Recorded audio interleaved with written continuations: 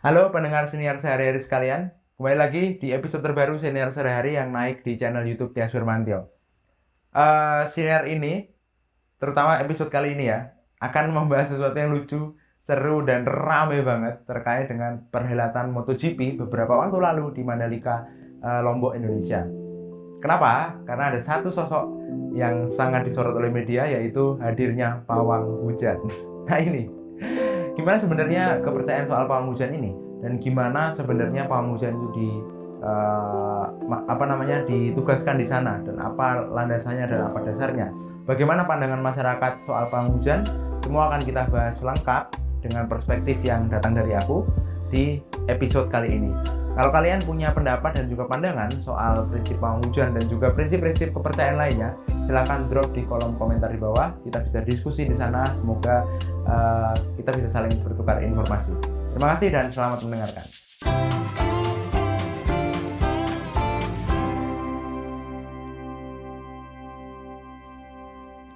Cek. Selamat datang di Siniar Sehari-hari bersama gua Tias Firmantio. Kembali lagi di Siniar ini, episode terbaru yang hadir 2 hari sekali. Dan yang bakal gua bahas hari ini sedang ramai. Ramai banget cuy, sumpah. Ini rame karena unik soalnya ya. Jadi gua aja ngikutin ini sejak minggu lalu kalau nggak salah ya. Minggu lalu atau ya hampir 2 minggu lalu bahkan. eh gua baru angkat ini karena gua udah nunggu reda dulu ya, nunggu reda noise-nya, kemudian baru kebentuk nih gagasannya. Oh gini ternyata. Nah, apa sebenarnya yang mau gua angkat, yaitu soal pawang hujan yang bikin MotoGP di Mandalika makin kenceng. Nah itu dia, pawang hujan yang bikin Mandalika lancar dan sukses. Data-datanya, oke. Jadi bener nggak sih gitu ya. Jadi sebelum gue lanjut, bagi lo yang nggak tahu, kronologis dulu ya. Jadi sekitar tanggal 18 sampai 20 Maret 2022 kemarin, kita di Indonesia menjadi tuan rumah Grand Prix MotoGP Mandalika. Jadi di Lombok ya tempatnya. Jadi nggak cuma MotoGP, jadi ada Moto2, ada Moto3, dan juga kemudian acara puncaknya adalah MotoGP di hari Minggu tanggal 20 Maret 2022. Nah, sebenarnya kalau mau dibahas dari sisi lain juga bisa, dari sisi pembangunan dan lain-lain gitu ya. Itu sebenarnya bisa. Karena itu juga menarik sekali, menarik atensi banyak orang gitu, karena gede-gedean cuy eventnya ini, gede-gedean dan memang sangat-sangat dalam tanda kutip menarik banyak perhatian mata dunia kepada Indonesia. Di tengah Indonesia lagi bangun ini itu, ada MotoGP gitu kan. Nah, tapi gue nggak mau ke situ dulu karena itu episode selanjutnya. Jadi saat ini yang mau gue bahas adalah hadirnya pawang hujan di dalam pagelaran MotoGP Mandalika gitu ya. Jadi kalau secara umum sebenarnya hal-hal seperti ini tuh banyak kita temui ya di masyarakat ya, di berbagai macam kegiatan di Indonesia. Kayaknya hampir semuanya pernah menyewa atau meng-hire jasa pawang hujan. Kali ini pawang hujannya adalah seorang ibu, Raden Roro Istiati Wulandari, yang memang khusus ditugaskan untuk memantau atau mengawal MotoGP di Mandalika ini gitu ya. Nah, awalnya sebenarnya adem-adem aja dan biasa-biasa aja ya, kalau gue boleh bilang ya, karena memang banyak orang yang mempertanyakan di Indonesia, terutama ya orang-orang netizen Indonesia tuh, ketika tahu bahwa oh ada pawang hujan nih yang ditugasin untuk Mandalika gitu ya, pada komennya pun kalau gue bilang sih dalam taraf wajar sih ya, nggak semeledak itu, nggak sekenceng itu, karena ya dia tugas ketika sebelum acara atau di luar sorotan kamera gitu lah intinya ya, karena munculnya cuma di beberapa berita lah ya, dan dia melakukan ritual dan lain-lain dengan alat-alatnya gitu ya, dengan timnya. Gue denger dia nggak sendirian, dia ada tim dan dia beraksi di sekitar Mandalika gitu. Nah tapi yang bikin rame adalah ketika race utama yaitu di tanggal 20 Maret 2022. Jadi secara konteks ya, ini memang ketika itu race-nya sempat ditunda sekitar sejam. Gue nonton waktu itu lewat live stream karena gue nggak kesana. Sempat ketunda sejam karena hujannya gede banget cuma hujannya gede banget, bahkan petirnya pun sampai ngehantem beberapa satu tempat kalau nggak salah di area sirkuit gitu ya, tapi nggak ada yang terkena gitu ya, dia di tempat kosong gitu ya, segede itu sehingga race-nya harus ditunda dulu. Kalau gue tahu sih kayaknya pernah ada penundaan race di MotoGP gitu ya, dan itu memang akan menimbulkan biaya lagi gitu kan. Dan kemudian race utama itu ditunda, dan nah ini yang bikin rame, akhirnya pawang hujan yang awalnya di luar sorotan kamera itu masuk ke dalam sekitar area kamera dan melewati ini pit stop itu ya, ngelewatin tempat-tempat racernya atau pembalapnya itu menunggu izin untuk masuk ke dalam garis start finish ya.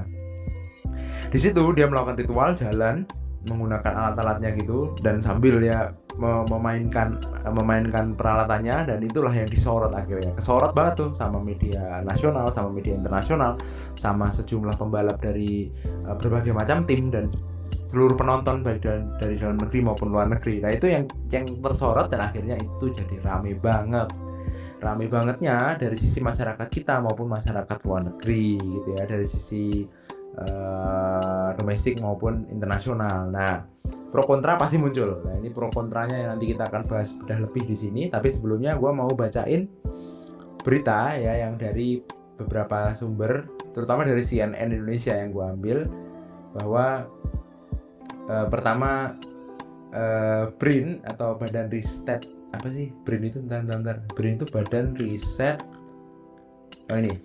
Badan Riset Inovasi Nasional, BRIN ya. Jadi National Research and Innovation Agency.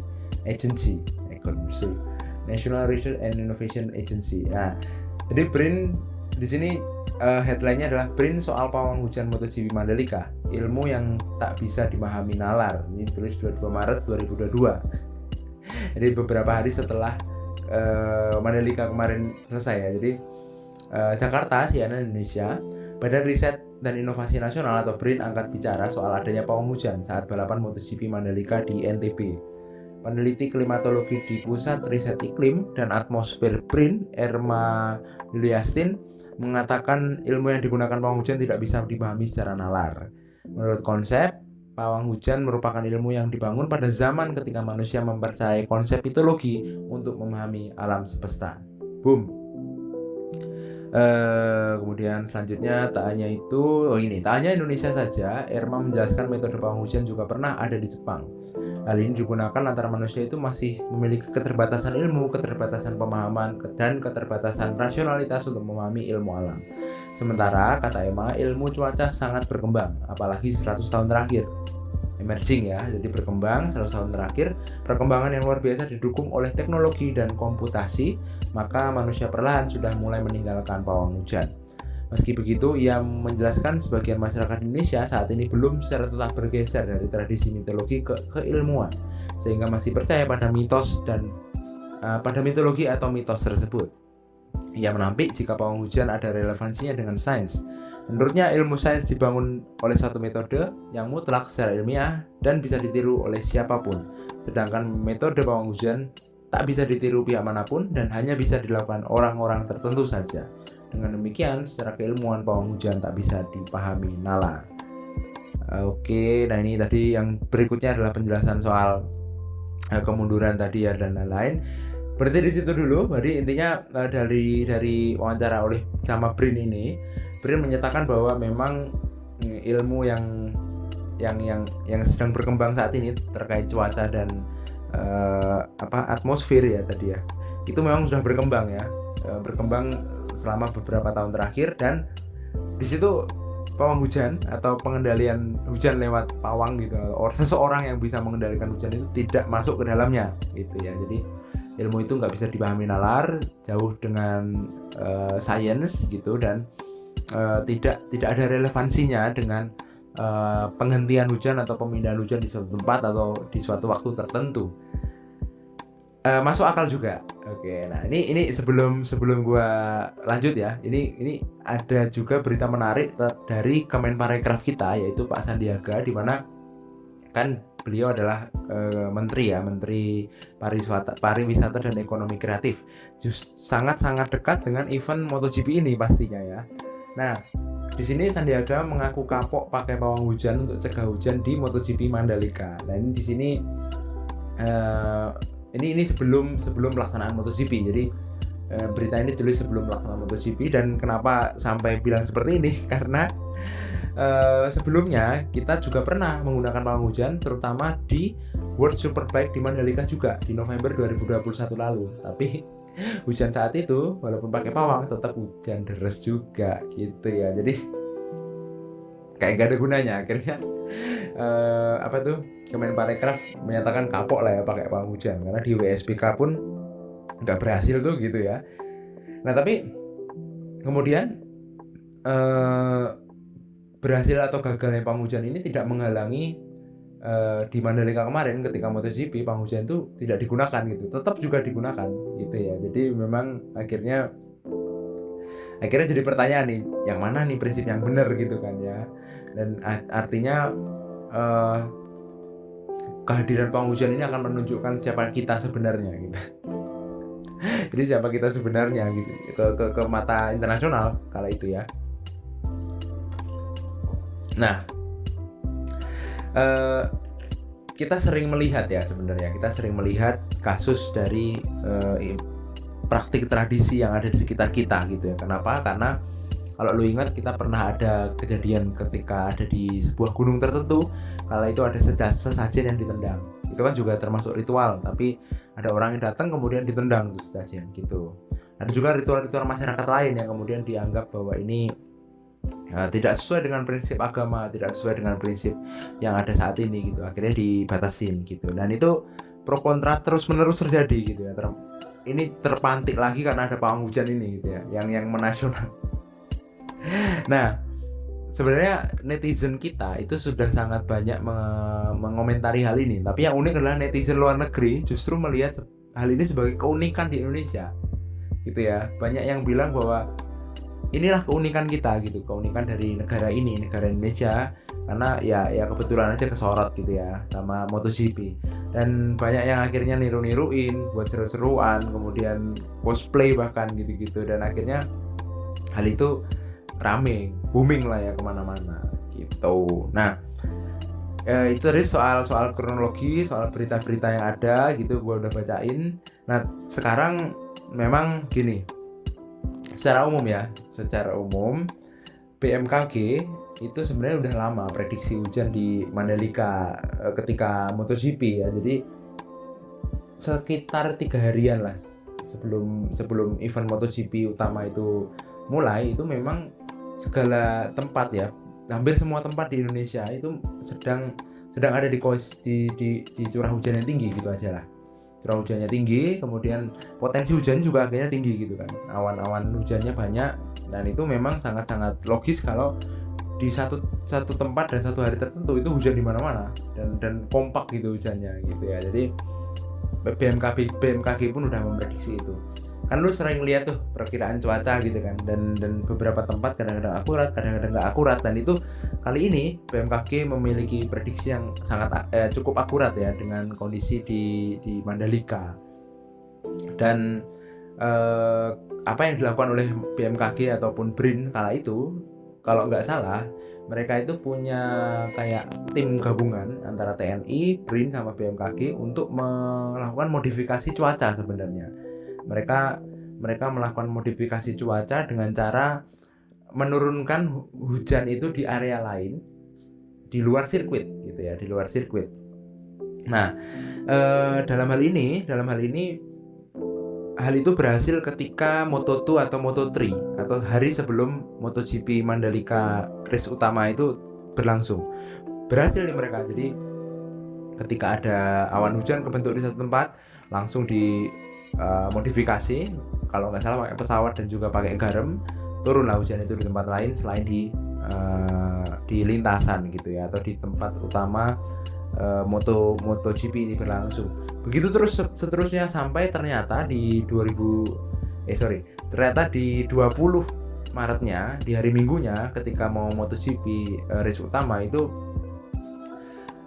angin lebih kencang gitu ya ceritanya. Angin lebih kencang, kemudian akhirnya membuat intervensinya jadi agak kacau gitu ya. Jadi harusnya anginnya kemana-kemana, tapi ternyata anginnya berubah arah gitu lah. Jadi artinya BMKG BRIN sama TNI itu agak kewalahan gitu kala itu, dan akhirnya tidak bisa dihindari jam 2 sampai jam 3-an itu hujan deras gitu, dan ditayangin.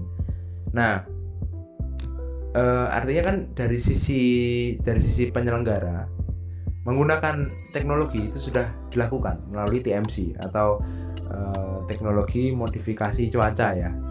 Iya kan? Iya benar, teknologi modifikasi cuaca.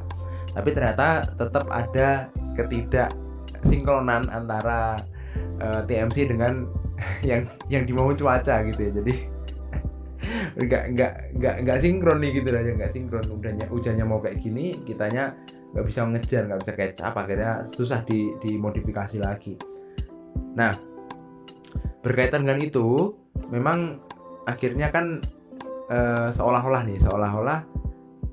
ketika pawang hujan itu diturunkan di acara puncak GP Mandalika itu, seolah-olah kita berharap pada hal itu gitu, kita berharap pada pawang tersebut gitu ya. Padahal memang gimana ya, memang sejak awal sih kita sebenarnya tradisi ataupun budaya itu memang sudah hidup di masyarakat sejak dahulu kala gitu loh. Jadi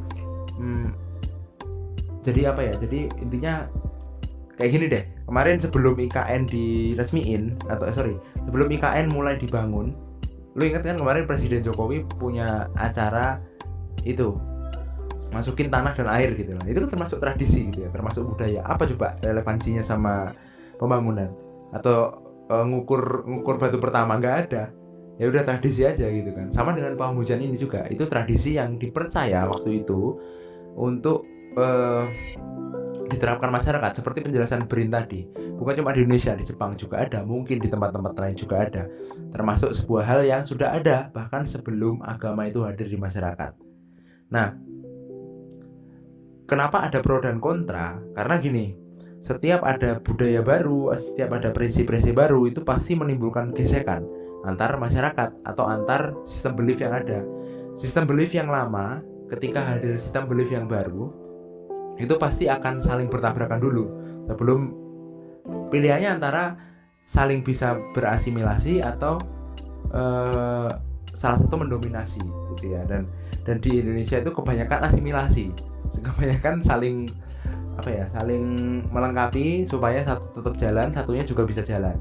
Jadi artinya masyarakat akhirnya menerapkan dua hal tersebut dengan proporsi yang berimbang gitulah ya. Dan itu yang terjadi di Indonesia.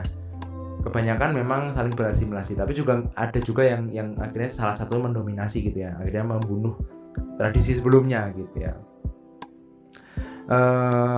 Selain itu, ini fakta yang mau gue sampein, agak mau diterima atau enggak, sebenarnya fakta ini merupakan fakta yang sudah harus kita terima memang, yaitu adalah bahwa belief system yang kita miliki atau sistem kepercayaan yang kita miliki adalah yang membuat kita bisa bertahan hidup sampai sejauh ini, yang membuat spesies kita bisa tetap berada di bumi, bisa eksis sampai saat ini.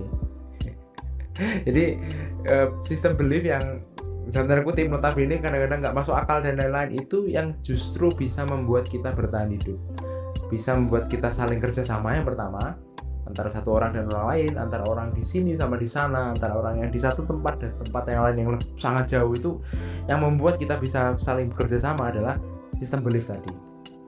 Nah, kenapa? Karena dengan adanya kepercayaan yang serupa atau identik, kita bisa menggerakkan kelompok dalam jumlah yang besar gitu ya. Jadi misalnya kita punya belief bahwa di satu titik di sana, di puluhan kilometer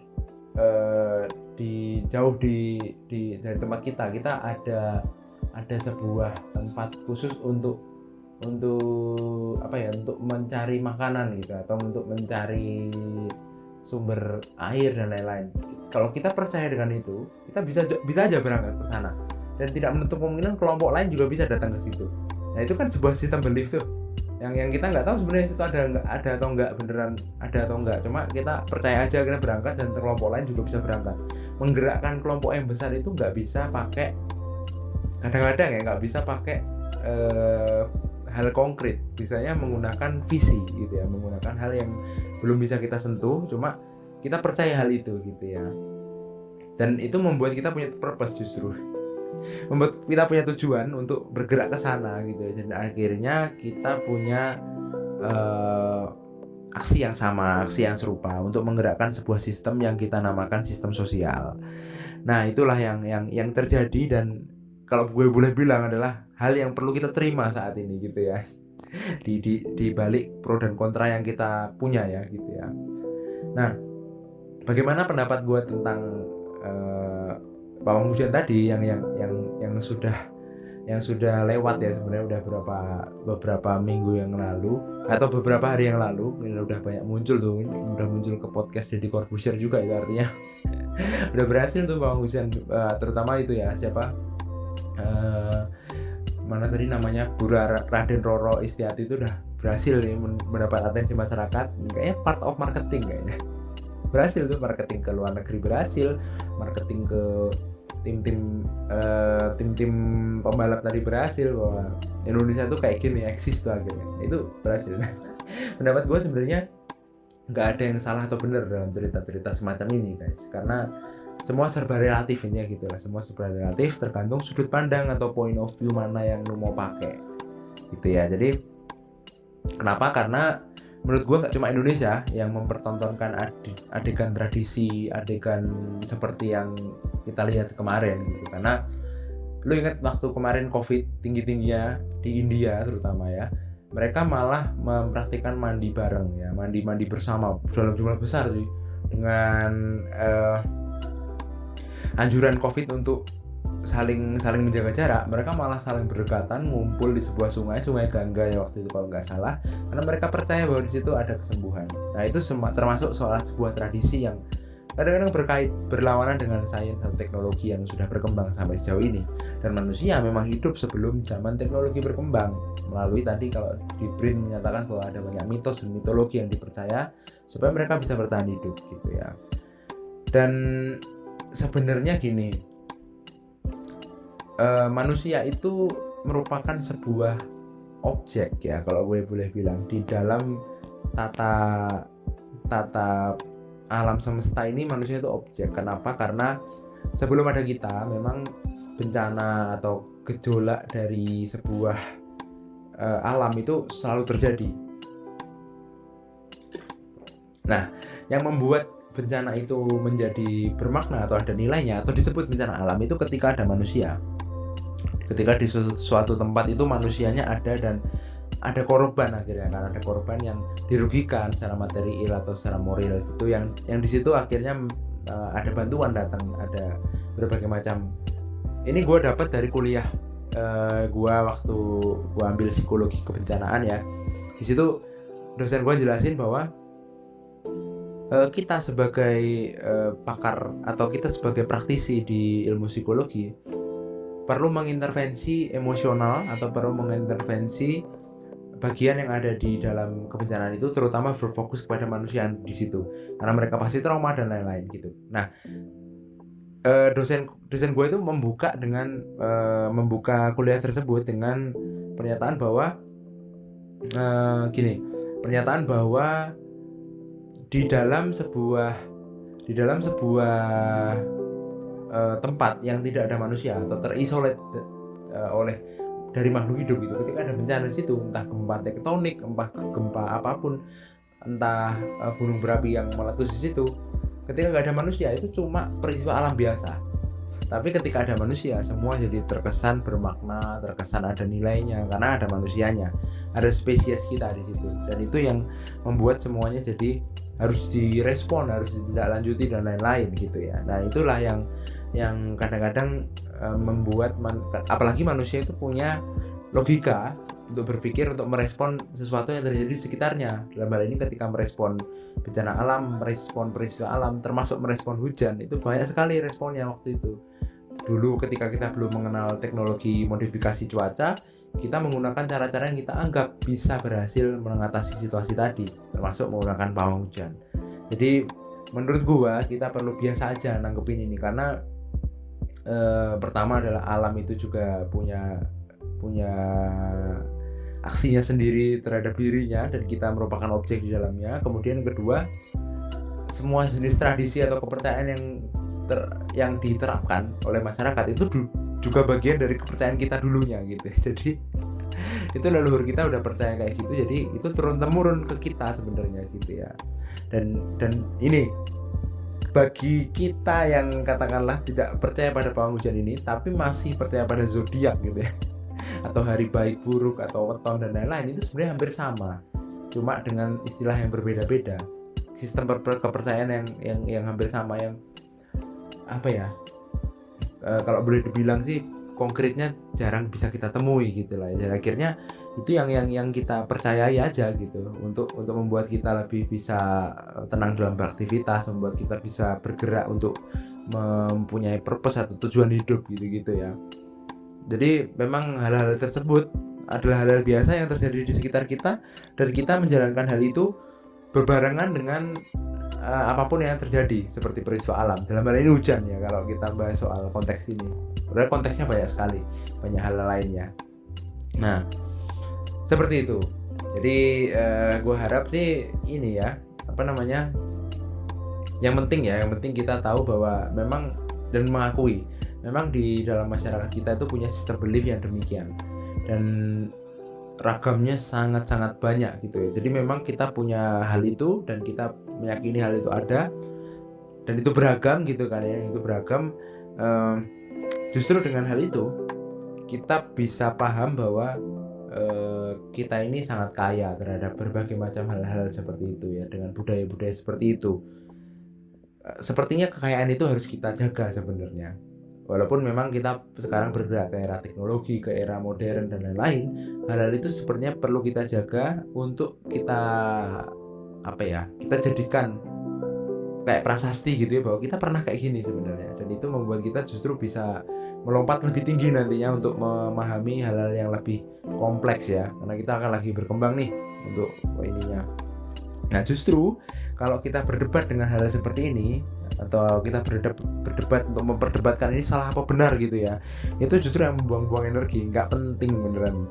kayak mending lu mikirin ini dah, lu mikirin gimana caranya menurunkan harga minyak goreng gitu misalnya, atau gimana caranya kita membangun sistem sosial yang lebih konstruktif ya untuk semua masyarakatnya. Mending itu dah, daripada lu ngabisin waktu untuk menghitung benar dan salah. Seperti episode sebelumnya, benar salah itu kayaknya sangat-sangat relatif gitu ya, dan kita kadang-kadang hidup di area abu-abu gitu, seperti itu. Jadi semoga kita belajar soal hal ini ya, bisa mengambil pelajaran dari isu ini, dan itu perspektif gua sebagai orang yang di luar event itu, dan gue mengamati gimana ramainya netizen setelah event itu berlangsung, dan kebetulan gue punya perspektif soal bagaimana alam itu bekerja kepada manusia gitu ya. Bukan kita yang ngatur alam coy. Kadang-kadang semuanya kita diatur oleh alam sebenarnya. Ya cuma kita aja yang kesel kehujanan gitu ya. Padahal makhluk hidup lain juga sering itu kehujanan gitu. Oke, gitu aja mungkin episode kali ini. Semoga sekali lagi semoga kalian mendapatkan cakrawala baru lah ya dari episode yang kita bahas kali ini, dan nantinya ketika hal ini ada lagi lah yang muncul lagi, kita bisa lebih bijaksana untuk menanggapinya, karena kembali lagi kita tuh manusia yang berkembang logikanya, berkembang emosinya, dan harusnya kita juga berkembang kedewasaannya ya. Jadi nggak yang kayak kata dalam tempurung lah, tertutup terhadap berbagai macam possibility yang ada gitu, tertutup terhadap berbagai macam kemungkinan yang bisa muncul di sekitar kita Justru kalau kayak gitu kita akan rugi sendiri sih Pak, nggak bisa belajar banyak hal gitu ya. Oke, terima kasih sudah mendengarkan siniar ini. Kita akan ketemu lagi 2 hari ke depan ya berarti ya, 2 hari ke depan dengan episode baru, tentunya dengan hal-hal yang lagi rame di sekitar kita dan kita akan coba bahas. Dan kebetulan gue punya perspektif semoga gitu ya. Dan kalau memang ada banyak hal yang belum kebahas di sini ya karena mungkin kelewat aja, tunggu aja, semoga gue punya perspektif supaya gue bisa bahas itu. Terima kasih, kita ketemu lagi di episode selanjutnya dan sampai jumpa, bye bye.